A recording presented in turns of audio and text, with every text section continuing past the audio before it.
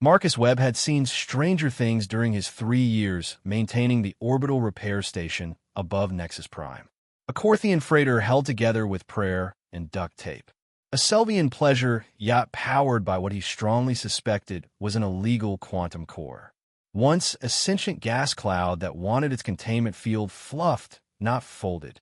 But the woman who stumbled into Bay 7, covered in plasma burns and trailing sparks from damaged armor, was something else entirely.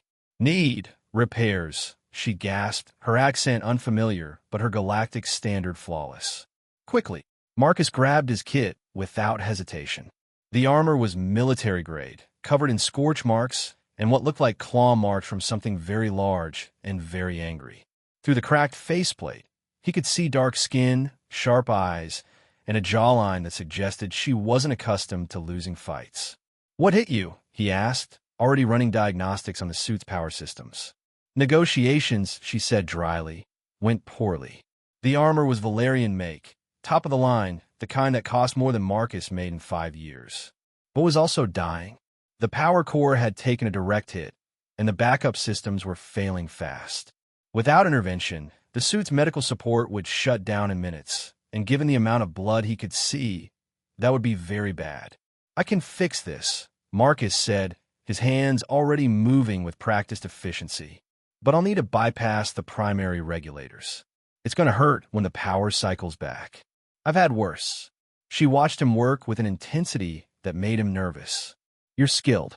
Former military, Navy engineer, civilian contractor now. Less shooting, better hours."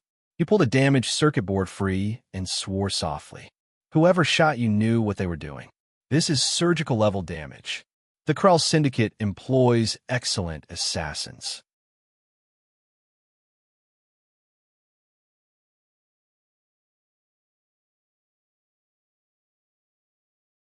Marcus's hands paused for just a fraction of a second.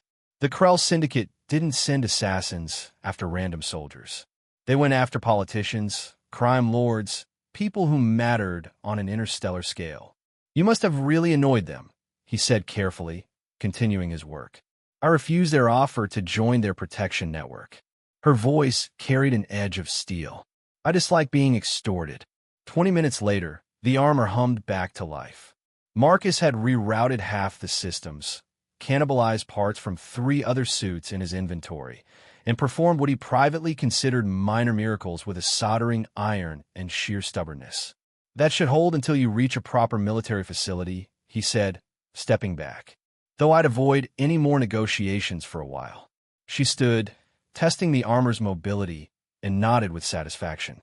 "Excellent work. Name your price." Marcus calculated quickly. 2,000 credits. That includes the parts and hazard pay for not reporting someone being hunted by the Krell. She smiled, an expression that somehow made her more intimidating, not less. "Fair." She transferred the credits, then added a significant bonus.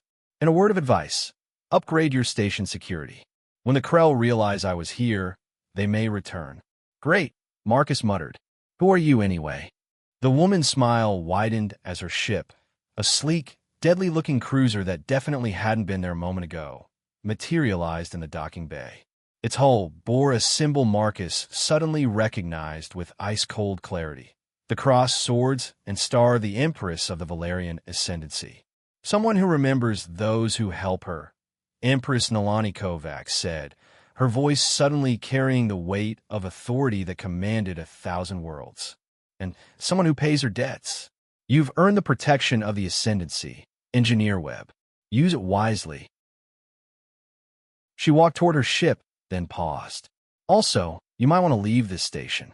In approximately 6 hours, the Krell facility 3 sectors away will experience catastrophic life support failure."